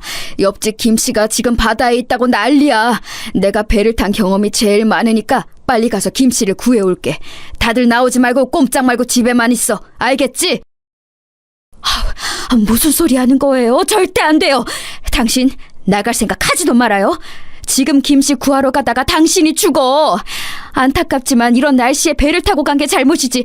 당신 나가기만 해봐. 나도 같이 갈 거야. 어휴, 이 사람아. 그래도 우리가 김씨랑 얼마나 깊은 사이인데 이래? 사람이 이럴 때일수록 돕고 살아야지. 김씨 어머님이 지금 뒤로 넘어가셨어. 내가 제일 배를 잘 타니까 얼른 가서 김씨 데리고 올게. 아버지, 그럼 저도 같이 가요. 저도 아버지랑 같이 배 탄 경험 많잖아요. 아무리 그래도 아버지 혼자 보내는 건 절대 안 돼요. 엄마, 저도 같이 갈게요. 진영아, 엄마 못 나오게 막아. 성재야, 너도 부탁해. 안 돼, 안 돼. 안 된다고. 마다를 무슨 수로 이기려고 그래. 돌아오라고. 여보, 진서가. 이거 놔. 진영아, 성재야, 이거 놔. 엄마는 기를 쓰고 아버지와 형을 말렸어요. 하지만 워낙 고집이 센 아버지를 말릴 수 없다는 것은 저도 이미 알고 있었습니다. 형은 나가면서 저한테 걱정하지 말라며 어깨를 두드려 주었어요. 엄마는 거의 기절 직전까지 가셨고 저도 너무 걱정되어 손톱을 물어뜯으며 아버지와 형을 기다렸습니다. 그런데 너무 상황이 안 좋았어요. 아버지와 형이 김씨 아저씨를 구하러 바다에 나간 순간 거짓말처럼 비가 더 세차게 내리기 시작했습니다. 아이고, 내 남편 어떡해. 내 아들. 아이고, 돌아오라고. 급기야 엄마는 집에서 뛰쳐나가 아버지를 애타게 불렀어요. 하지만 슬프게도 아버지와 형은 싸늘한 죽음으로 땅에 도착했습니다. 김씨 아저씨를 구하러 나갔다가 결국 죽은 사람이 늘어난 셈이었어요. 그리고 우리 집은 너무 슬프게도 안 좋은 상황이 계속 이어졌습니다. 아유, 안타까워서 어째. 얘 진영아, 너희 엄마 지금 남편하고 큰아들 잃고 제정신이 아니야. 저러다 뭔 일 나겠어. 또 초상치르게 생겼어. 아유, 어떡하니. 지금 가게가 문제가 아니잖아. 너는 아직 고등학생이고 주변에 어른도 없고. 아유, 어떡해. 여보, 진소가 우리 큰아들 밥 먹어야 돼. 곧 있으면 우리 남편하고 큰아들이 가게 올 거야. 그러니까 밥을 차려야겠다. 엄마, 정신 차려. 아버지랑 형은 이제 없어. 엄마, 이제 우리끼리 살아야 해. 지금 엄마 며칠째 아무것도 안 먹고 있잖아. 제발 엄마. 엄마는 말 그대로 아버지와 형을 잃고 정신이 나가버렸어요. 가게에 손님이 와도 아는 척도 하지 않았죠. 예전에는 친절하게 웃는 얼굴로 장사했는데 가게에는 관심이 전혀 없었어요. 결국 횟집은 그렇게 문을 닫고 말았습니다. 사실 바다에 가서 고기를 잡는 아버지와 형이 없으니 당연한 결과였어요. 당장 우리 가족은 생계가 끊기게 되었습니다. 다행히 가게에서 일했던 이모들이 폐업할 때 많이 도와주었어요. 반쯤 정신이 나간 엄마를 옆에서 많이 챙겨주었죠. 문제는 성희 누나와 성재였습니다. 저기 진영아, 내가 이런 말 하는 게 나도 어려운데 지금 3달째 돈을 못 받고 있어. 물론 상황은 너무 안타까운데 내가 돈도 못 받고 이렇게 식모로 일할 수는 없잖아. 물론 재워주는 건 고마운데 돈을 무보수로 이렇게 일하는 건 나도 더는 안 될 것 같거든. 밀린 돈은 언제 줄 거야? 누나, 너무한 거 아니야? 우리 아버지가 갈 곳이 없는 누나랑 성재 집에서 재워준 기간이 5년이 넘어. 막말로 누나가 우리 집에서 일하면서 뭐 얼마나 힘들었는데. 말만 신모지 사실상 한 거 별로 없지 않아? 밥도 주로 가게에서 먹어서 누나가 한 거라곤 청소랑 빨래뿐이잖아. 그것도 우리 엄마가 누나 고생시키는 거 싫어서 몰래 한 적 많은 거 나도 알아. 어머, 너 무슨 말을 그렇게 하니? 나도 그래서 항상 감사하게 생각했어. 그래도 내가 아예 가만히 있었던 건 아니잖아. 나도 최선을 다했는데 너야말로 그렇게 말하면 내가 뭐가 되니? 됐고, 그럼 3달 월급 빨리 내놔. 만약 안 주면 경찰에 신고할 거야. 뭐? 경찰? 진짜 인간이 이래도 되는 거야? 지금 우리 엄마 상태 보고도 몰라? 사람이 밥도 안 먹어서 지금 뼈만 남았어. 생계가 끊겨서 모은 돈으로 겨우 사는 거 안 보여? 누나가 그러고도 사람이야? 이성이 네가 그러고도 사람이냐고! 야, 미친 새끼야. 너 왜 우리 누나한테 소리를 질러? 다 떠나서 이 일한값은 당연히 줘야 하는 거 아니냐? 왜 우리 누나한테 화풀이야? 우리 누나가 네 아빠랑 형 죽였어? 뭐? 야, 이성재, 너도 진짜 그러는 거 아니야. 우리 아빠가 네 학비 다 내줬던 건 까맣게 잊었냐? 와, 진짜 어떻게 사람들이 이러냐. 받을 때는 넙죽 받아놓고 이렇게 단물 다 빼먹으니까 본색을 드러내? 기어코 저와 성재는 주먹 다툼까지 하게 되었어요. 우리의 싸움을 말리러 온 주민들은 이미 다 사정을 아는 동네 사람들이었죠. 그래서 성희 누나와 성재에게 나서서 뭐라 하기도 했답니다. 하지만 그 둘은 아는 척도 하지 않았어요. 그렇게 성희 누나와 성재는 하루아침에 우리 집을 떠나게 되었습니다. 그때 들었던 감정은 배신감과 허탈함이었어요. 물론 대가를 많이 바라고 우리 아버지가 베풀었던 것은 아니에요. 하지만 그래도 사람이 상도덕이라는 게 있잖아요. 저라면 절대 그렇게 행동하지 않았을 거예요. 집에는 정신이 나간 엄마와 저만 남게 되었습니다. 그런데 더 황당한 일이 일어났어요. 진영아, 세상에 너 그 얘기 들었니? 성희 말이야, 성희. 그 동네 양아치 동석이랑 살림 찹쳤대. 결혼식도 안 올렸는데 혼인신고했다더라. 성재도 같이 살더라고. 그 동석이 걔잖아. 그 너희 가게에서 일하다 횡령으로 쫓겨난 놈. 뭐라고요? 그 동석이 형이랑 성희 누나가 부부라고요? 와, 아주 배신자끼리 잘 만났네요. 무슨 낯짝으로 우리 동네에서 계속 사는 거래요? 부끄럽지도 않나? 그러니까 말이야. 성희 그년이 가만 보면 아주 여우야. 너희 집에서 나오자마자 그렇게 동석이랑 결혼했어. 아니, 그래서 말인데 너 집에 도둑 맞은 거 없나 잘 봐. 금고 같은 거 안 털렸어? 주민의 제보로 저는 성희 누나가 우리 집에서 일하다 쫓겨난 동네 양아치와 결혼했다는 것을 알게 되었습니다. 그런데 아줌마가 마지막에 건넨 말에 저는 정신이 퍼뜩 들었어요. 그래서 바로 집으로 가서 금고를 확인했더니 글쎄 무슨 일이 있었는지 아세요? 우리 아버지는 금을 모아 금고에 넣어두고는 했었거든요. 그걸 우리 가족과 성희 누나 그리고 성자는 다 알고 있었습니다. 금고를 열었더니 금이 정말 하나도 없었어요. 그걸 보고 저는 바로 성희 누나를 찾아갔습니다. 이 도둑들아, 우리 집 금 내놔.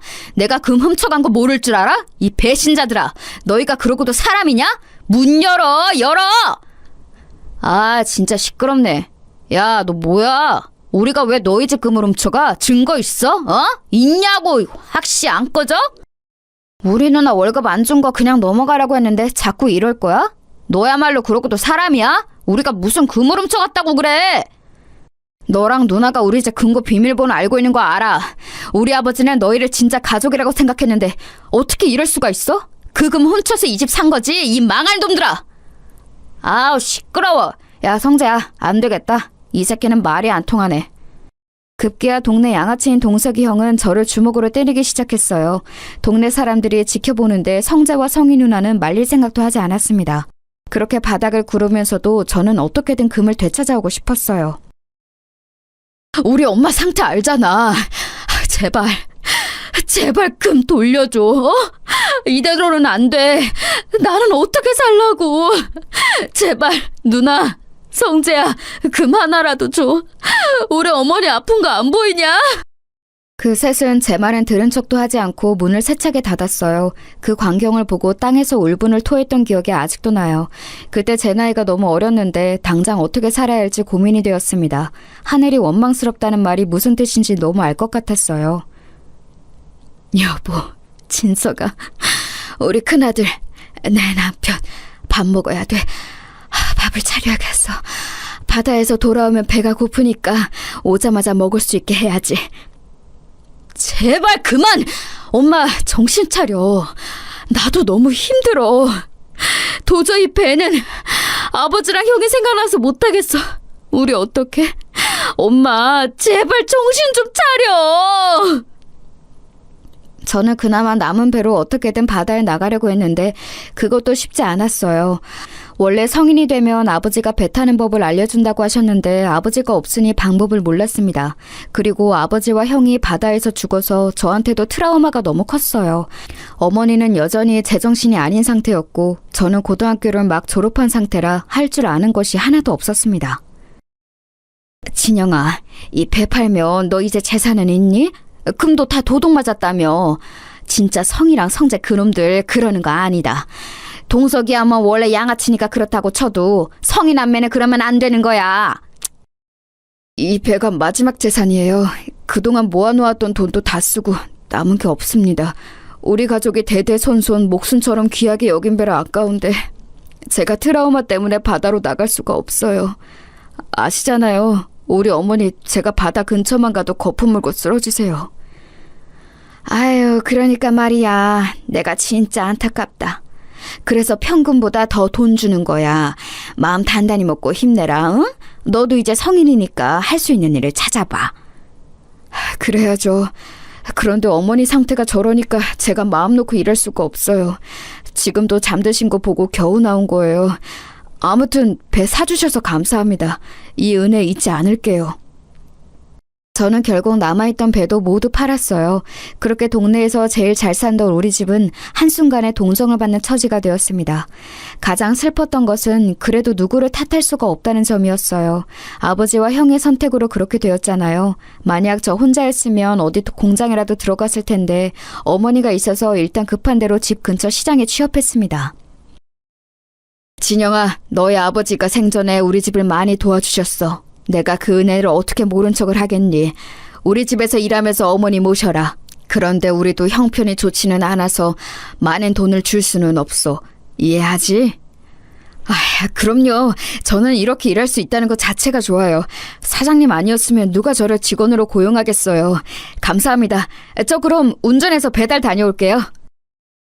시장 안에 있는 백반집에 취업한 저는 주로 배달 일을 시작했어요. 돈을 많이 벌지는 못했지만 그래도 어머니를 혼자 모시고 살기에 나쁘지는 않았습니다. 그래도 이때는 어머니가 간간히 정신이 돌아오긴 했었어요. 진영아, 엄마가 살아있어서 미안해. 우리 작은 아들한테 짐이 되는 게 너무 슬프다. 내가 그날 아버지랑 큰아들을 더 심하게 말렸어야 해. 대가가 너무 커서 괴로워. 모은 재산도 다 날리고 이게 사는 거니? 우리 아들 결혼은 할 수 있을까? 엄마, 지나간 일에 너무 마음 쓰지 마. 내가 어떻게든 엄마 책임질 거니까 마음 편하게 먹어. 엄마가 가끔 이렇게 정상적일 때 내가 얼마나 기쁜지 알아? 결혼은 괜찮은 사람이 나타나면 하겠지. 엄마는 정신이 돌아올 때 늘 제 미래에 관해 걱정하셨어요. 특히 제가 과연 결혼은 할 수 있을까 걱정하셨죠. 정말 다행히 저는 일하면서 같이 가게에서 일하던 여자 직원과 눈이 맞았습니다. 저보다 1살 많은 누나였는데 고등학교를 졸업하고 집안 형편이 좋지 않아 바로 일을 시작했다고 하더라고요. 그 누나도 아버지가 안 계셔서 공통점이 있어서 급속도로 가까워졌습니다. 그리고 자연스럽게 연애를 시작했고 제가 군대에 다녀오고 그 이후에 결혼하게 되었어요. 여보, 이거 먹고 나가. 그래도 사람이 먹고 살려고 일하는 건데 밥은 먹어야지? 이따 내가 어머니 모시고 병원 다녀올게. 오늘도 힘내고 파이팅이야. 고마워. 나는 진짜 한동안 슬픔에 빠져 살았는데 당신을 만나고 처음 웃게 됐어. 내가 군대 갔을 때도 우리 엄마를 본인 엄마처럼 돌봐주고 결혼하고도 이렇게 지극정성이잖아. 돌아가신 아버지와 형이 당신을 하늘에서 보내준 것 같아. 나도 당신한테 고마워. 결혼하고 계속 꾸준히 일하면서 돈을 벌잖아. 종일 일하면 체력적으로 많이 지치고 힘들 텐데 전혀 티를 내지 않아서 인간 대 인간으로 대단하다고 생각해. 우리 아이 태어나면 더 열심히 서로 의지하고 살자. 당연하지. 당신이 임신했다는 소식을 듣고 나는 더 열심히 살기로 했어. 아무튼 나는 당신이 없었다면 이렇게 사업을 시작하지도 못했을 거야. 고마워. 그럼 나 진짜 다녀올게. 결혼 후 저는 인생이 잘 풀리기 시작했어요. 일하던 백반집을 그만두고 저는 새로 유통업을 시작했습니다. 그동안 모았던 돈으로 트럭 하나를 구했어요. 그리고 그걸로 우리 지역과 근처 도시를 다니며 배송하며 돈을 벌기 시작했습니다. 그런데 그 일이 생각보다 더 잘 되기 시작했어요. 아내는 집에서 우리 어머니와 장모님을 함께 모셨습니다. 어차피 각자 어머니들이 혼자 계시던 상황이라 그런 결정을 내렸죠. 다행히 장모님은 정신이 멀쩡하셨어요. 야, 잘 나간다? 한동안 얼굴이 죽상이더니 이제 좀 숨통이 트이냐? 요즘 트럭 몰고 다니던데 일감 많아 보이더라. 우리 가게랑도 거래할래? 너는 인간이면 나한테 말 걸지 말아라. 나는 너희 누나랑 너랑 할 말이 없다. 내가 왜 너희 가게랑 거래를 해? 훔쳐간 금이나 내놔라. 증거 있냐고. 증거도 없으면서 금을 내놓으라고 하면 뭐라고 답해야 하냐? 우리 가게가 시장에서 그래도 2번째로 큰 가게잖냐. 혹시라도 일감 끊기면 말해라. 내가 그래도 예정이 있어서 인심 써줄게. 아, 우리 매형이 안 된다고 하려나? 또 찾아왔다고 우리 매형한테 두들겨 맞으면 어떡해. 그때는 나도 가만히 있지 않을 거야. 너희 누나는 결혼할 사람이 없어서 동네 양아치랑 결혼하냐? 아무튼 시비 걸지 마라. 또 이러면 경찰에 신고할 거야.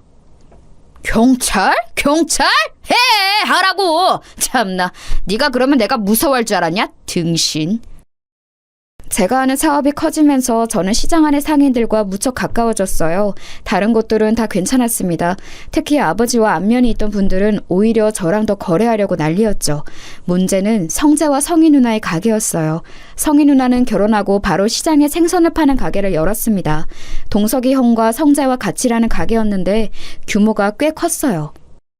쟤네 돈 없어서 너희 집에서 얹혀 산 거 누가 모르냐고. 그거 딱 봐도 너희 집 금 훔쳐서 열은 거잖아. 저렇게 살면 안 돼. 하늘이 다 보고 있다고. 그냥 이제는 저도 무시하고 있어요. 아니라고 잡아떼는 것 보면 인간이 어떻게 저럴까 궁금하기도 하더라고요. 저 대신 화내주셔서 감사해요. 삼촌, 그럼 저 배달 다녀올게요. 그래도 동네 토박이라 제 편을 들어주는 분들이 많아 다행이었습니다. 그리고 저는 쉬는 날도 없이 일했어요. 제가 책임져야 하는 가족이 많았으니 당연한 선택이었습니다. 장모님과 우리 어머니 그리고 아내와 곧 태어날 아이까지 전부 다 제 책임이었거든요.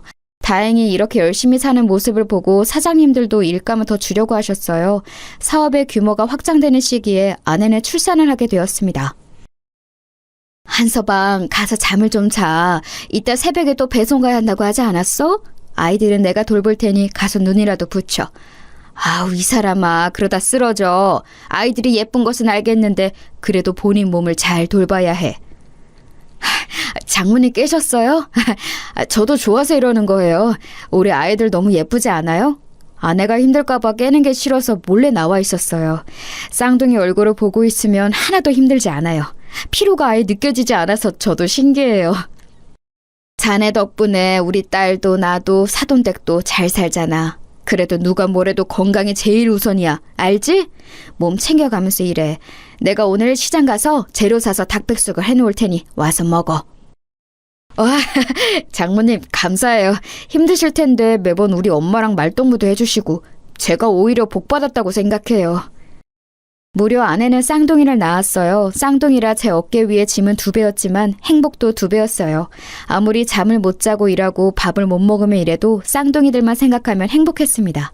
열심히 일한 덕분에 날이 갈수록 바빠졌는데 그것조차 뿌듯했어요. 하지만 하늘도 참 무심하더라고요. 이렇게 잘 나가던 저는 한순간에 또 바닥을 치게 되었어요.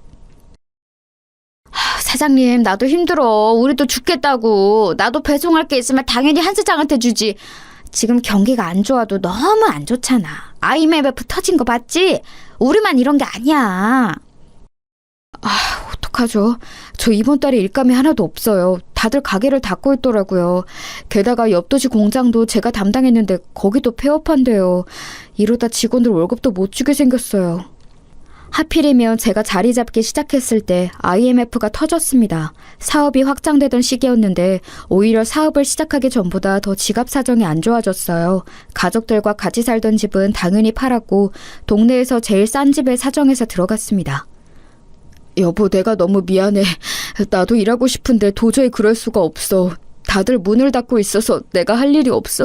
어떡해? 우리 아이들도 아직 어린데 당신한테 고생만 시키는 것 같아서 미안해. 아니, 나는 괜찮아, 여보. 그러니까 실망하지 말고 낙담하지 마. 어떻게든 살려고 하면 길은 있을 거야. 나랑 엄마는 진짜 아무렇지도 않아. 우리만 힘든 거 아니잖아. 다만 문제가 있다면 우리 아이들하고 시어머니야. 어머니 치매 판정 받은 거 알지? 알지.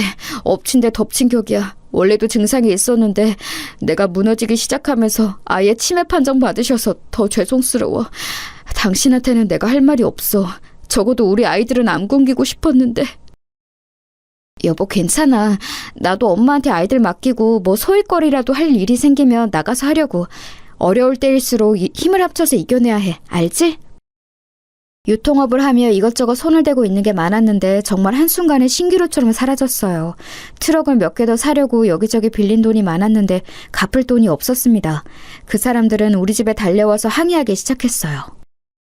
아우, 돈 내놔! 한 사장! 빌려간 돈 내놓으라고! 그 돈 없으면 우리 가서 다 굶어 죽어! 그러니까 돈 내놔! 문 안 열어? 열어! 열라고! 여보, 급한 대로 그 비싼 건물 주자. 저 아저씨가 나 망하기 전에 제일 도와줬던 사람이야. 일단 급한 불부터 끄는 게 맞는 것 같아. 여보, 안 돼. 이 비상금 진짜 이게 마지막이야. 우리 이거 주면 돈이 없어. 이것마저 주면 우리 아이들은 당장 내일부터 굶어야 해. 나는 굶어도 괜찮은데 나 우리 아이들은 못 굶겨. 돈을 빌려준 사람들은 계속해서 우리 집을 찾아왔는데 줄 돈이 없었어요. 그동안 사업하며 벌었던 돈을 탈탈 털어 갚았는데도 갚을 돈이 남아 있었습니다. 저도 당장 우리 가족이 힘드니까 나중에 갚고 싶었는데 역시 돈 앞에서는 사람들이 참 냉정했어요. 위협적으로 찾아와서 돈을 갚지 않으면 불을 지른다는 소리에 아내가 저 몰래 모았던 돈까지 다 주었죠. 그렇게 수습하고 보니 우리 집은 돈뿐만이 아니고 당장 먹을 쌀도 없었습니다. 저는 제가 굶는 것은 괜찮았는데 아직 돌도 되지 않은 우리 쌍둥이들과 장모님, 어머니가 굶는 것은 못 보겠더라고요.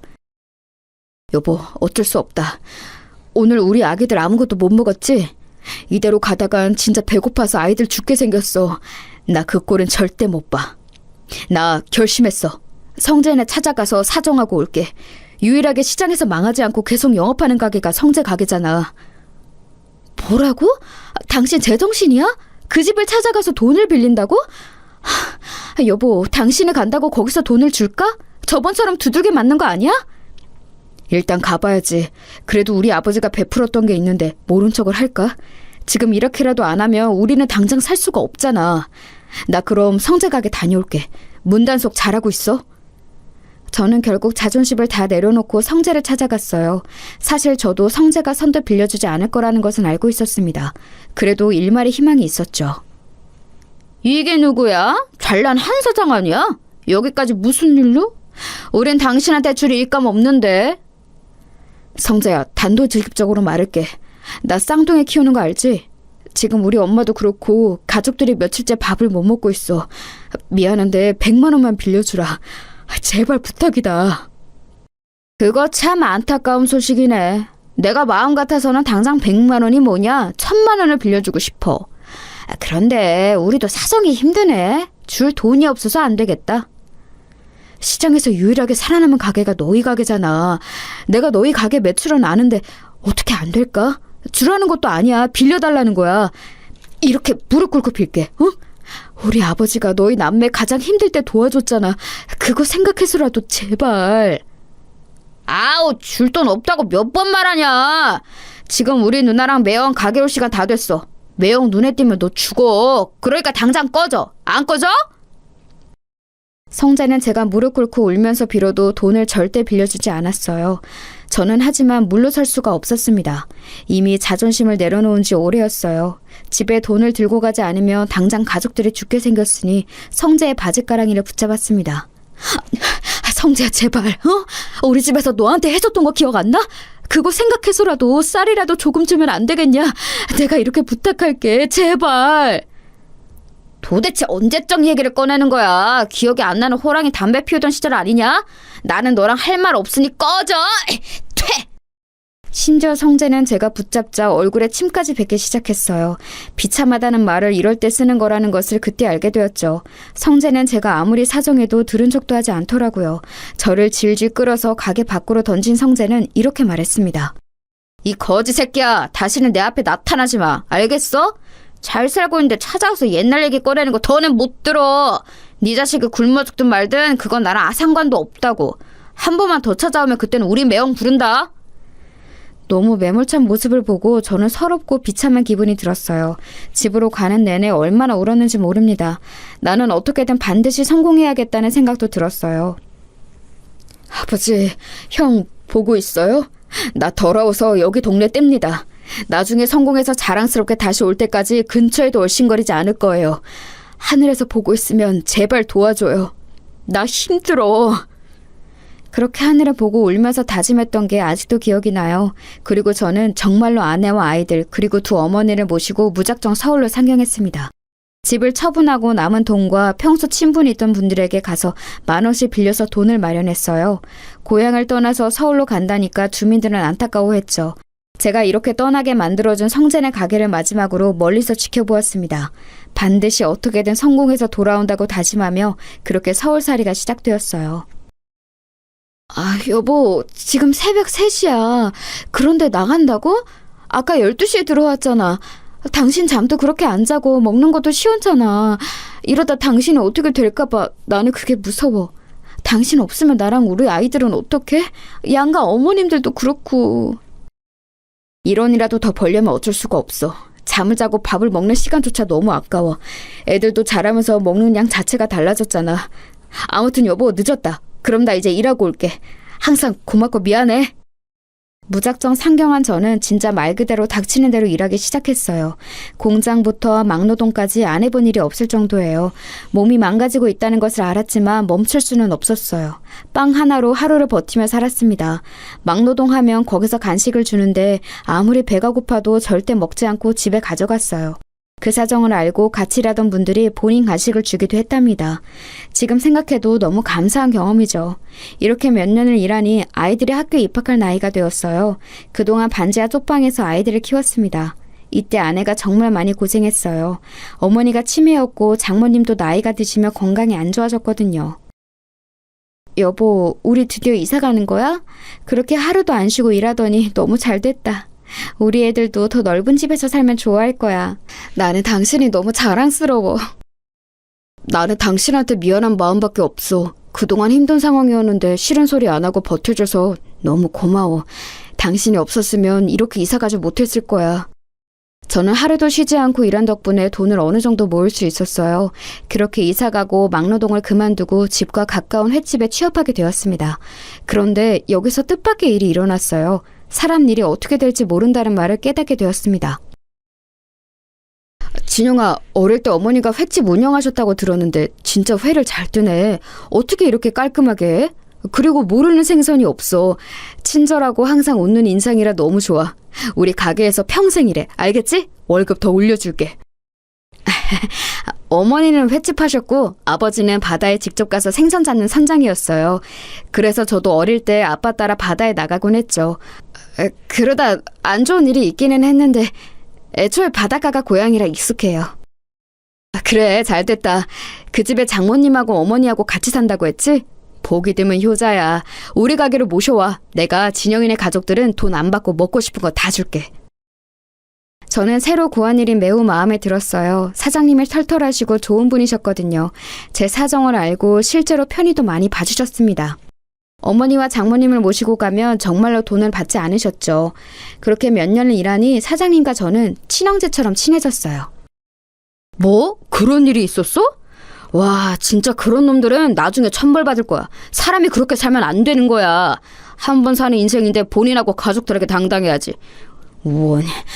진영이 그동안 너무 고생 많았다. 이제 앞으로는 잘 살기 바래. 힘든 거 있으면 언제든지 얘기하고. 사장님과 가까워진 저는 서울로 올라오고 처음으로 타인에게 의지하게 되었습니다. 정이 워낙 많은 사장님은 심지어 우리 쌍둥이들도 많이 예뻐하셨어요.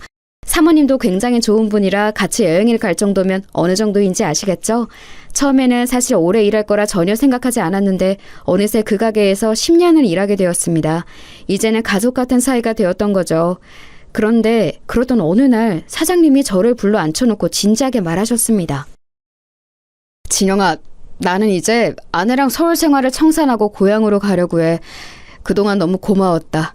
아내랑도 얘기했는데 만약 네가 없었으면 우리가 이렇게 가게를 잘 운영하지 못했을 거야. 너한테 너무 고마워. 에이, 제가 뭘 했다고요. 사장님 덕분에 저랑 우리 가족은 덕분에 행복했어요. 고향에 가시면 담배 그만 피우시고 몸 건강 챙기세요. 저도 시간 나면 가족들 데리고 놀러 가도 되는 거죠? 진영이 너는 연락 안 하고 무작정 와도 언제나 환영이지. 그나저나 진영아, 내가 이렇게 너한테 얘기하는 이유가 있어. 아내랑 이미 얘기 끝나서 하는 말이야. 나는 이 가게를 너처럼 무작정 서울로 올라와서 열었어. 그건 너도 알지? 그래서 애착이 매우 커. 이 소중한 가게를 닫고 내려가는 것은 아내도 나도 원하지 않아. 그래서 말인데 진영인 네가 사장님이 되어줄 수 있겠니? 다른 권리금이니 뭐니 그런 것은 우리 사이에 어울리지 않아. 그냥 네가 이어서 하면 된다. 네? 사장님 그거 진심이세요? 아니 제가 이 가게의 사장이 되라고요? 이렇게 큰 가게를 저한테 주신다고요? 아무 대가 없이요? 사장님 장난치지 마세요. 저 그럼 진짜 혹해요. 에이, 이 사람아 무슨 장난이야? 내가 이런 걸로 장난치는 거 봤어? 우리 아들은 미국으로 가 있어서 물려줄 사람이 없어. 그리고 진심으로 네가 없었으면 우리 가게가 이렇게 매출이 나왔겠니? 자, 그럼 이제 이 가게의 주인은 너야. 한 사장, 우리 가게를 부탁한다. 사장님은 서울 생활을 정리하고 사모님과 고향으로 내려가시게 되었어요. 그러면서 저한테 무려 그 큰 가게를 물려준다고 말씀하셨습니다. 저는 그 말을 듣고 너무 놀랐어요. 왜냐하면 사실 식당은 규모가 매우 컸거든요. 그냥 흔한 동네 횟집으로 시작했는데 같이 열심히 일하며 유명해지기 시작했죠. 그러면서 가게는 점점 터가 좋은 곳으로 옮겼고 규모도 확장해서 직원 수도 늘어났었어요. 그런 가게를 저한테 넘기신다고 하니 어안이 벙벙했습니다. 어머어머, 그게 정말이야? 세상에 너무 잘됐다. 당신 그렇게 열심히 일하더니 좋은 일이 생길 줄 알았어. 축하해. 이제 애들도 어느 정도 컸으니까 나도 가게 나가서 일 도울게. 아유, 한서방 고생 많았어. 아이들은 내가 집에서 돌볼 테니까 열심히 일해, 응? 그리고 항상 고마워. 혼자 얼마나 고생하는지 너무 잘 알아. 아니에요. 장모님이랑 아내한테는 늘 고맙죠. 치매인 우리 엄마도 돌봐주시고. 아무튼 이제 제 가게니까 전보다 더 열심히 일하려고요. 제가 어떻게든 끝까지 책임진다고 했던 거 기억하시죠? 장모님, 조금만 더 믿어주세요. 저는 가게를 사장님에게 이어받고 더 열심히 일했어요. 직원들도 애초에 원래 같이 일하던 사람들이었고 단골 손님들과도 안면이 있는 상태라 익숙했습니다. 사장님 바뀌고 어째더 반찬이 맛있어졌어. 사모님 손맛인가? 예전에도 맛있었는데 지금은 다른 가게를 못 갈 정도잖아. 이제 더 잘 될 일만 남았네. 사장님은 초심만 안 잃으면 돼. 제가 사장이 되자 아내가 나와서 반찬도 만들고 더 정성껏 손님들을 대접했어요. 그러니까 손님이 오히려 예전보다 훨씬 늘어서 대기하는 사람까지 생길 정도였습니다. 너무 바빠서 직원도 몇 명이나 더 채용했는지 모릅니다. 그렇게 10년을 더 일했어요. 가게는 2, 3호 점까지 낼 정도로 잘 되고 있습니다. 물론 좋은 일만 있던 것은 아니에요. 치매에 걸리셨던 어머니가 돌아가셨습니다. 어머니는 놀랍게도 돌아가시기 직전에 잠깐 정신을 차리셨어요. 그리고 저한테 말씀하셨죠. 진영아, 고생 많았어. 내 아들, 엄마는 이제 여기까지야. 우리 아들 미안해. 엄마는 아빠랑 네 형을 보러 갈게. 엄마 죽으면 우리 고향에 묻어줄래? 아빠 옆에 잠들고 싶어. 엄마 걱정하지 말아요. 엄마도 그동안 사느라 고생 많았어. 이제 하늘에서는 편안하게 있어. 아버지랑 형한테 안부 전해줘요. 엄마는 그래도 마지막에 가실 때는 편안하게 가셨어요. 그리고 저는 엄마의 유언을 들어주기 위해 고향을 떠난 이후 처음으로 다시 방문하게 되었습니다. 10년이 지나고 다시 간 고향은 세월이 흘러도 변함없었어요. 오랜만에 보는 반가운 얼굴도 많았답니다. 아이고, 이게 누구야? 아니, 너 진영이 아니냐? 웬일이야? 서울 가더니 성공했나 보네? 이야, 얼굴이 아주 좋아졌어. 누가 보면 몰라보겠어. 진영아, 그동안 어떻게 살았니? 세상에. 아저씨, 그동안 잘 지내셨어요? 저 지금 서울에서 횟집하고 있어요. 장사가 생각보다 잘 되어서 다행이에요. 아저씨는 그대로네요. 저 서울 갈 때 빌려주신 돈 갚으려고요. 너무 늦게 와서 죄송해요. 아, 그때 그 돈? 아니야, 나는 10만 원을 줬는데 1,000만 원을 돌려주네. 아이고, 고맙다. 진영이 너 떠나고 여기는 한동안 말이 많았어. 성재네도 지금 망해서 여기저기 돈 빌리고 다녀. 그리고 그 동석이 그 놈이 성이랑 이혼했어. 20년이 지났으니 당연히 이자까지 줘야죠. 그때 아저씨가 저한테 돈 안 주셨으면 저 서울 갈 차비도 없었어요. 아직도 감사하게 생각하고 있어요. 어머니도 돌아가시기 전에 아저씨 얘기를 했을 정도로 감사해요. 내려오며 성재랑 성희 누나가 궁금했던 것은 사실이랍니다. 어머니를 묻어주러 오며 머릿속엔 성재가 가득했죠. 그래도 제가 성공한 상태로 내려가서 참 다행이라고 생각했는데 뜻밖의 말을 듣게 되었습니다. 그런데 그놈들이 평판이 워낙 안 좋았어야지. 돈을 빌리러 다녀도 다들 모른 척 하더라. 그놈이 나한테도 와서 돈을 빌렸는데 걔한테는 1원도 주기 싫더라고. 역시 그렇게 못된 마음으로 살면 반드시 벌을 받게 되어 있어. 동네 주민들의 제보를 듣고 저는 입가에 미소가 걸리기 시작했어요. 배신당하고 서러움과 괘씸함에 잠을 못 잤던 지난 날들이 생각나기 시작했죠. 쌀을 살 돈이 없어서 울며 사정했던 날이 아직도 생생하거든요. 그런데 20년이 지난 지금 완전히 처지가 바뀌었잖아요. 일단 어머니 유골을 묻어주는 게 우선이라 잠시 성재는 생각하지 않고 있었습니다. 고향이라 워낙 반가운 얼굴이 많아 여기저기 인사하고 마침내 마지막 날이 되었어요. 아내와 같이 와서 올라갈 생각을 하고 있었는데 글쎄 성재와 성희 누나가 우리를 먼저 찾아왔습니다. 야, 진영아, 오랜만이다. 너 잘 지냈어? 야, 내가 너 얼마나 보고 싶었는지 알아? 얼굴 완전 좋아졌다. 잘 지내는 거 보니까 좋다, 야. 진영아, 너 잘 나가는 사장님이라며? 얘기 듣고 왔어. 다름이 아니라 혹시 우리한테 돈 조금 빌려줄 수 있어? 예정을 생각해서라도 어떻게 안 될까? 누나는 양심도 없다. 20년 만에 봤는데 대뜸 돈을 달라고? 진짜 이 사람들은 변하지를 않네? 내가 그렇게 돈 빌려달라고 무릎 꿇고 빌 때는 침까지 뱉었으면서 뭐? 됐어. 당신들한테는 쌀 한 톨도 주기 싫어. 그때는 내가 미안했다. 너무 어렸었어. 용서해주면 안 될까? 너도 들어서 알 텐데 우리 누나 이혼하고 가게도 망해서 지금 너무 사는 게 힘들어. 진영아, 나도 무릎 꿇고 빌게, 어? 당신들 제정신이야? 우리 남편 집에서 훔쳐간 금이나 내놔, 이 도둑놈들아. 우리 남편이 돈 빌려달라고 할 때 매몰차게 무시했으면서 뭐? 당장 안 꺼져? 성재랑 성희 누나는 저를 보고 돈을 빌려달라는 말을 하더라고요. 오랜만에 본 그들은 딱 봐도 행색이 매우 초라했어요.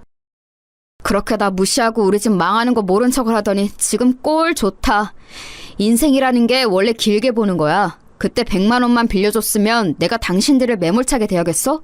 원래 다 뿌린 대로 돌려받는 거라고. 당장 꺼져! 진우가 내가 미안해. 제발. 우리 당장 먹고 살 돈이 없어서 그래. 어떻게 안 될까? 그래도 어릴 때 같이 살았잖아. 시끄러워. 저기요, 나가세요. 철면피도 이런 철면피가 없지. 참나 기가 막혀. 여보, 차 타. 올라가자. 아내까지 나서서 매몰차게 대하는데 성재랑 성희 누나는 끝까지 제 바짓가랑이를 붙잡고 놔주지 않았습니다. 심지어 차를 타고 가는데 앞을 가로막았어요. 그래서 경찰까지 부르고 나서야 탈출할 수 있었습니다. 얼마나 통쾌했는지 몰라요. 살다 보니 이런 날도 오네요. 역시 인생이라는 것은 한치 앞도 모른다는 게 맞는 말 같아요. 여기까지가 제가 준비한 사연입니다. 여러분 어떻게 들으셨어요? 저는 이 일이 있고 가만히 있어도 입가에 미소가 걸리곤 해요. 평생에 걸친 복수를 한 기분이랍니다. 이제 저는 다른 것은 전혀 신경 쓰지 않고 고생을 많이 한 우리 아내와 장모님과 평생 행복하게 사려고 해요. 제 사연 들어주셔서 감사합니다.